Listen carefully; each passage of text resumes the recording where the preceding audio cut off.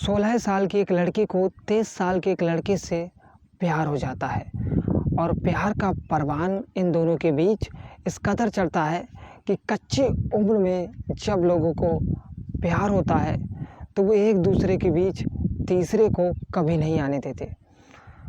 और इन कच्ची उम्र वालों का जो प्यार होता है वो बहुत ज़्यादा ख़तरनाक भी होता है। तो आज की जो कहानी है वो कुछ इसी प्रकार है। तो नमस्कार, मैं राजेश गंगवार। आज की जो हमारी सच्ची घटना है वो है उत्तर प्रदेश के हरदोई ज़िले की। वहाँ एक रीमा नाम की लड़की रहती थी जिसकी उम्र होती है करीब 16 साल। वो हाई स्कूल की पढ़ाई कर रही थी।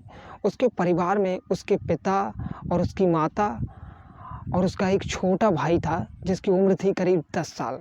स्कूल की जब कोचिंग करने जा रही थी, लेकिन वो लड़का धीरे धीरे उसका पीछा किया करता था। जब भी वो कोचिंग जाती वो उसका पीछा करता। लड़की को उस लड़के के बारे में बिल्कुल भी नहीं पता था कि जब मैं कोचिंग जाती हूँ ये जो लड़का है वो मेरा पीछा करता है।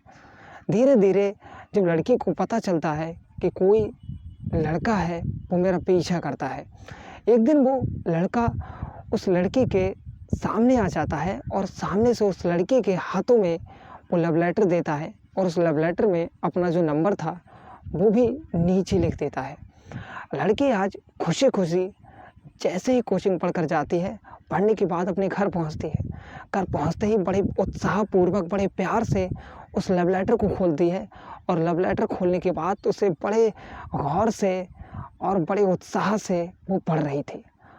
पढ़ते पढ़ते वो अचानक मन में उसके प्रति उस लड़के के प्यार जाग जाता है और धीरे धीरे वो सोचने लगती है उस नंबर के बारे में कि ये जो लड़का है इसे मैं कॉल करूं या ना करूं। करीब 5 दिन इसी इंतज़ार में बीत जाते हैं। छठे दिन वो लड़की उस लड़के को कॉल लगाती है और कॉल लगाने के बाद उस लड़के से वो बात करती है। धीरे धीरे इन दोनों के बीच बातचीत का जो सिलसिला है वो शुरू हो जाता है। लड़की जब भी घर पर मौका मिलता या घर पर कोई नहीं होता था तब उससे बातचीत करते थे। धीरे धीरे इन दोनों के बीच बातचीत गहरी होती जा रही थी। इसी बीच एक दिन अचानक उस लड़की के जो पिता होते हैं उन्हें उस लड़की की मौसी के घर जाना था। तो उस लड़की से कहते हैं कि क्यों नहीं तुम भी हमारे साथ चलो। तो लड़की अपने पिता से मना कर देती है और अपने पिता से कहती है कि मेरी कोचिंग है इसीलिए मैं नहीं जा पाऊँगी, मेरी पढ़ाई जो है वो छूट जाएगी। तो पिता कहते हैं कोई बात नहीं है। इसीलिए वो अपने छोटे बेटे यानी जिसकी उम्र होती है करीब 10 साल उस लड़के को भी वो घर पर ही छोड़ जाते हैं और वो उसकी मौसी के घर चले जाते हैं। उस वक्त घर पर कोई नहीं था, वो लड़की बिल्कुल अकेली थी और जो उसका भाई था वो था। अब लड़की अपने बॉयफ्रेंड को, उस बॉयफ्रेंड का नाम था अक्षत, उसे फ़ोन लगाती है। उसकी उम्र करीब 23 साल थी। अब अक्षत को फ़ोन करने के बाद उस अक्षत से कहती है कि आज मैं घर पर बिल्कुल अकेली हूँ और तुम मेरे घर पर आ जाओ। बॉयफ्रेंड जब ये बात सुनता है तो वो पूरी तरह से खुशी से झूम उठता है और वो मन ही मन सोचता है मैं इसी दिन का इंतज़ार कर रहा था, कब ये मुझे अपने घर पर अकेले में बुलाए। इसीलिए जब लड़की उससे बात करने के बाद जब फ़ोन कट हो जाता है तो उस गूगल पर सर्च करना शुरू करती है कि कैसे जब लड़के से पहली बार मिलते हैं तो उसके सामने कैसे पेश आना चाहिए, कैसे जब पहली बार डेट पर जाते हैं तब उसके सामने कैसे पेश आना चाहिए, और जब पहली बार सेक्स करते हैं यानी संबंध बनाते हैं तब लड़के के साथ किस तरीके से पेश आना चाहिए। लड़की इन तरीके के तमाम सवालों को उस इंटरनेट पर सर्च कर रही थी, उसके जो जो दिमाग में आते जा रहे थे। जब लड़का उसके घर पर आता है और घर पर आते ही उस अपने कमरे में ले आती है और जल्दी जल्दीबाजी में उस कमरे की जो किवाड़ होती है उसे लगाना भूल जाते हैं और चुपचाप दोनों पहले बेड पर बैठकर आपस में बातचीत करने लगते हैं। और बातचीत कब एक दूसरे के साथ करीब आ जाते हैं और उन दोनों के बीच संबंध बन जाते हैं उन्हें पता ही नहीं चलता। अब जो दरवाज़ा था वो खुला हुआ था।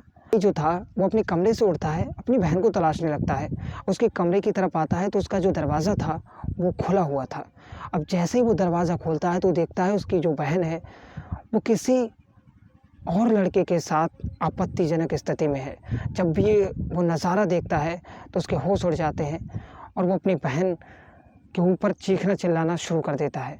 तो उसकी जो बहन है वो उससे कहती है कि जैसा तुम सोच रहे हो ऐसा बिल्कुल भी नहीं है, इस बारे में तुम किसी को कुछ मत बताना। लड़का कहता है कि अब चाहे कुछ भी हो जाए तुम पापा को आने दो और मम्मी को आने दो, मैं उन्हें सब कुछ सच बता दूंगा तुम इस लड़की के साथ क्या कर रही थी।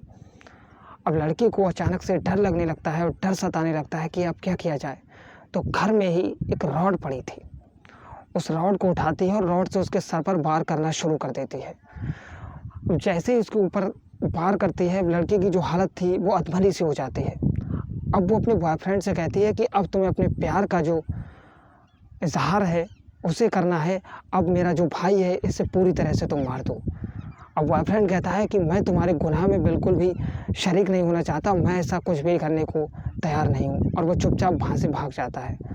लड़की अब अपने भाई को दोबारा से उस रॉड को उठाती है और तब तक उसके सर पर वार करती है कि जब तक उसकी मौत नहीं हो जाती। जब वो पूरी तरह से मर जाता है उसके बाद उसकी जो लाश है उसी कमरे में पड़ी रहती है। तभी अचानक जब उसके घर पर उसके माता पिता आते हैं तो वो घर में खून खून देखते हैं, तो पूरी तरह से घर में मातम सा माहौल छा जाता है अपने लड़के को देखकर। तो परिवार वाले जल्दी से पुलिस स्टेशन जाते हैं, पुलिस में उसकी रिपोर्ट को दर्ज करवाते हैं। पुलिस आती है, जब उस लड़की से पुलिस वाले पूछताछ करते हैं तो वो तरह तरह की कहानियाँ बताती है, लेकिन जब कड़ाई से पूछताछ करते हैं तो पूरी जो कहानी है वो लड़की बता देती है। उसके बाद उसके ऊपर नाबालिग जो लड़की थी उसके ऊपर पॉक्सो एक्ट के तहत मामले को दर्ज कर लिया जाता है, उसे जेल के लिए भेज दिया जाता है। लेकिन दोस्तों, आपकी इस बारे में क्या राय है? क्या उस लड़की ने अपने भाई के साथ जो किया वो गलत था या सही था? इसकी राय नीचे कमेंट बॉक्स में ज़रूर बताना, और मिलते हैं ऐसी एक और नई सच्ची घटना के साथ। तब तक के लिए जय हिंद, जय भारत।